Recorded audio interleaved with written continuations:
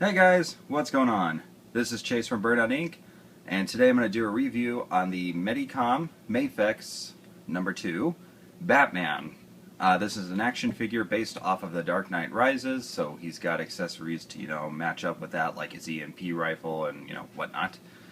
I've never really heard of this company, Medicom, and then I started seeing these pictures of an amazing Spider-Man figure that they made, and it looked awesome. I mean, I'm seriously jealous that I didn't get to pick that one up, and now it's, it's over $100 on eBay. But I did pre-order this one, so I got this Batman for under $40, which is, just awesome. And I'd have to say, I kind of prefer the Batman over the Spider-Man. I've always been more of a Batman guy, but, Spider-Man's awesome too.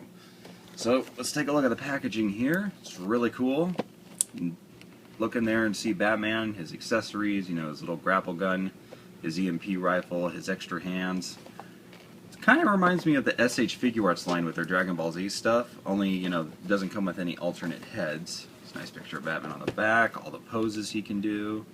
It's really cool, and this is awesome. I mean, looking at some of these stills, it almost looks like they just took a still from the movie. That's how great this action figure looks to me. Alright, let's get him out of the packaging and do some damage. Okay, here's the Dark Knight out of the packaging, and he looks awesome. Just a great looking figure, man. Mine had a couple little paint defects that I noticed right away. You can see it right there on his lip. He has like a black streak or like almost like a gash in his paint. So that looks kind of cool, if I think of it as like a scar that he got, something like that. And then on the top of his cowl, you see when I look back, right around in there, there's like these two little black marks that you can't see in certain lighting, like right here, but when you turn it and look at it, you can see it right there. So not too bad. The only real problem I'm having with this figure is when I'm trying to pose the arms. I mean, his joints in the elbows are tight, and like that with the hands. You barely move them, and they just come off. So, just be careful with these figures because they're pretty fragile. I mean, they don't break or anything. You just pop these back in there. Let's see. Batman's accessories. He's got the EMP rifle that he had in The Dark Knight Rises. Unfortunately, he only got to use it once because somehow that rookie cop just had to get a lucky shot and, shoot it right there, which I actually think that would have been kind of a funny gag if they would have had an interchangeable barrel or, whatever this is, just to take this off and, or to have one with a bullet hole in it. That would have been hilarious. And he has his grapple gun. Looks awesome. I wonder if there's any way you could attach it to his belt. Plus, he's got 3 different hands aside from his closed fists. He's got a trigger hand, so he can, use the grapple gun, fits in there nice enough. Batman also comes with a set of open hands, so he can, balance the EMP rifle and hold certain objects, if he's doing some investigating or you're doing some stop motions and he's blocking people's punches or, stuff like that. So, it's cool. I think the only accessory that this Batman is missing are batarangs. I was really surprised at that. I mean, Spider-Man had his webs and stuff, so I would have figured that, Batman would have came with a few batarangs. They're iconic weapons of his, so it's a shame that they missed out on that. And the nice people at Medicom were so gracious to give us a stand. Batman's got a really cool, claw hook-like stand. That way you can do some cool, crazy action poses with them. It's got, the little claw thing right here, just opens and closes. And it's really tight, too, so it can hang on to them. And it's got, 3 different points of articulation. It's got it right there. You can also rotate this without it, popping off. It's got another bend right there and down here. And you can also rotate that. And there's 3 different spots on here.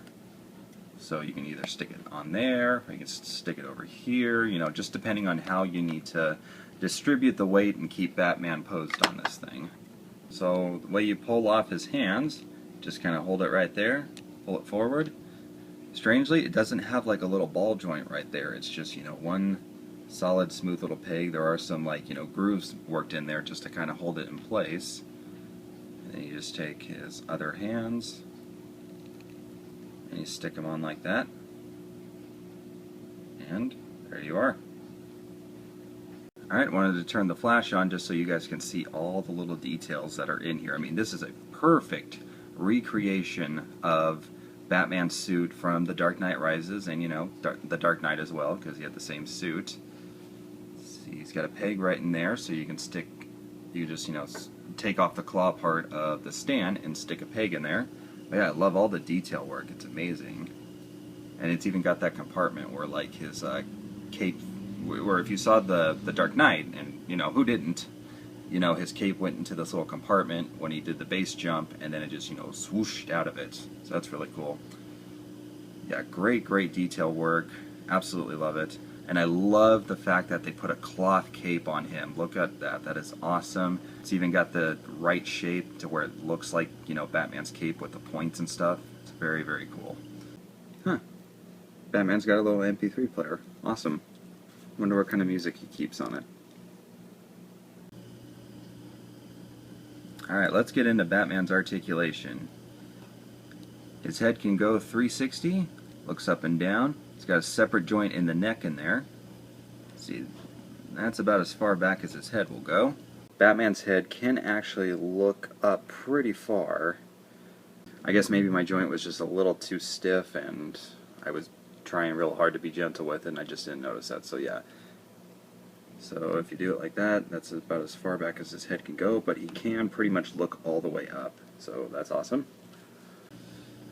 Arms can go 360, then go, see? That really sucks.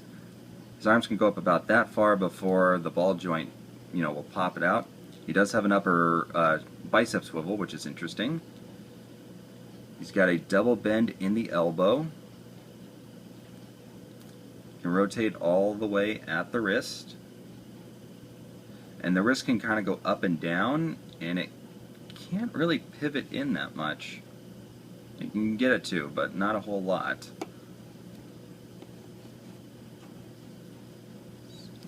Does have upper chest articulation. And what's interesting too, this is actually soft. You can press in on it.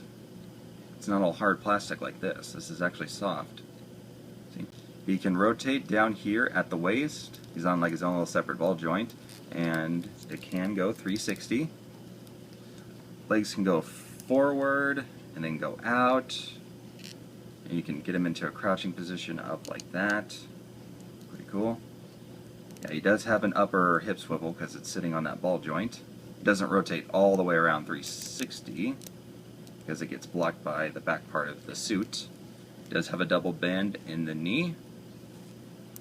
It's got an ankle joint that rotates all the way around, and it pivots. And he's got toe articulation. Absolutely amazing, the amount of articulation on this figure. Another thing I wanted to point out is that the triangle blades on his gauntlets are soft too, so you don't have to worry about breaking them. See, quick thing before I get into the height comparisons. He does have those joints that you saw on the SH figure arts where you can like pull them down, and it allows for farther articulation and stuff like that, and then you can just push them back up. Alright, height comparison. Here he is standing next to the DC Superheroes Batman, the Movie Masters Jim Gordon, and the Batman Legacy Arkham City Nightwing.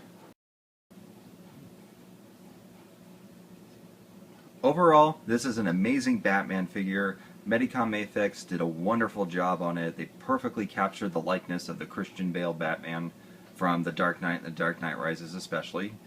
I love the accessories. They're highly detailed. I really wish that would have came with some batarangs, and I kind of wish that the joints weren't so fragile in the arms. Like, I wish they would have made them either a little bit longer or maybe made the ball joints a little bit bigger. That way they would stay in there and not pop off as easily. Could have been a little bit taller, just to match up better with the DC Universe Classics characters, but, the height scale does work with a lot of action figures, especially in that 6-inch range, and I love the cloth cape. It looks so epic. You can get so many great poses out of it, and it does come with this awesome badass display stand. So overall, I'm going to give this Batman a 9.5 out of 10, and I know I grade a lot of my figures high, but you know, I like to only buy figures that I want, so you know, I do a lot of research on them and stuff like that. But absolutely, this is a must buy. It's a highly recommended figure. You know, you can get these right now for under $50 on eBay and, you know, at certain comic book shops and stuff like that. So I'd say definitely pick them up before, you know, they get snatched up and they end up on eBay for, you know, twice that amount in about a couple months or however long they're going to put this thing out. So yeah, I'm going to definitely look forward to getting some more Medicom Mafex characters. I'll see if I can get a hold of the Amazing Spider-Man someday. And here's hoping that they're going to start making some female characters too. I would love to see them make a Black Widow from the Avengers, because so far she didn't get a 6-inch action figure, and I think she deserves it. Or if they made Catwoman from the Dark Knight Rises. And here's hoping that, you know, maybe they could make a Man of Steel figure with Superman. That'd be awesome. Alright guys, this is Chase from Burnout Inc. I'll see you next time.